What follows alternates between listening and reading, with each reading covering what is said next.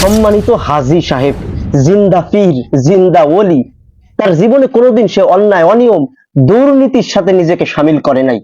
কেমন যেন সরাসরি জান্নাত থেকে পালিয়ে, আই রিপিট, সরাসরি জান্নাত থেকে পালিয়ে আমাদের গোপালগঞ্জে হান্দায় গেছে। সাম্প্রতিক সময়ে এসে এই পেরেস্তার মতো মানুষটাকে নিয়ে বাংলাদেশের কিছু মিডিয়া এবং পত্র পত্রিকা বিশেষ করে ষড়যন্ত্র শুরু করছে।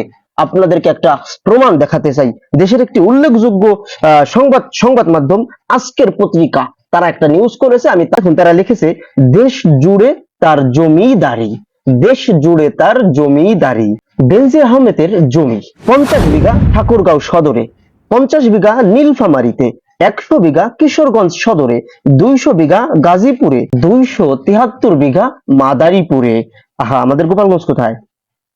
75 বিঘা বান্দরবনে, 182 বিঘা এটাও বান্দরবনে অন্য একটা উপজেলায়, 48 বিঘা সাতক্ষীরা সদরে, 2 বিঘা কক্সবাজারে, 2 বিঘা এটাও কক্সবাজারে অন্য আর এক উপজেলায়, 1400 বিঘা গোপালগঞ্জ সদরে। ঢাকার উত্তরা ও ভাটারায় 7 তলা 2টি ভবন, গুলশানে আরো 4টি। 10 জেলায় বেনজির ও পরিবারের 2385 বিঘা জমি।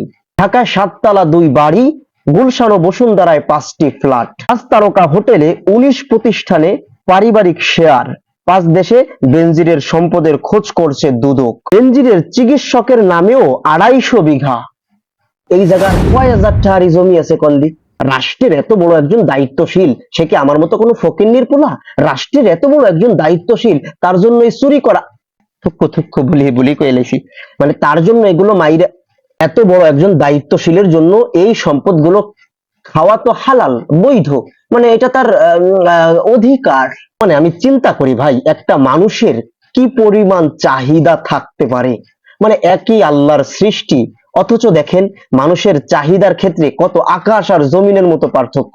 এই মুহূর্তে যদি আমি মোল্লাকে কেউ বলে যে তোমার কি কি স্বপ্ন আছে, তোমার সব স্বপ্ন পূরণ করে দেওয়া হবে, আমি কি বলবো? আমার দামি একটা ফোন কিনে দেন, আমার একটা ল্যাপটপ কিনে দেন, আমার একটা ক্যামেরা কিনে দেন, বা আমার ভারী জোর একটা বাইক কিনে দেন, আমার একটা ফার্ম দেওয়ার স্বপ্ন আছে। মানে সব মিলে আমার যদি এই মুহূর্তে কেউ আমাকে 5 লক্ষ টাকা দেয়, তাইলে মনে করবেন যে পৃথিবীর সবচাইতে সুখী মানুষ এই মুহূর্তে আমি হয়ে যাব। আবার আমার চাইতে যদি এক ক্লাস নিচে যান, তাদের স্বপ্ন কি?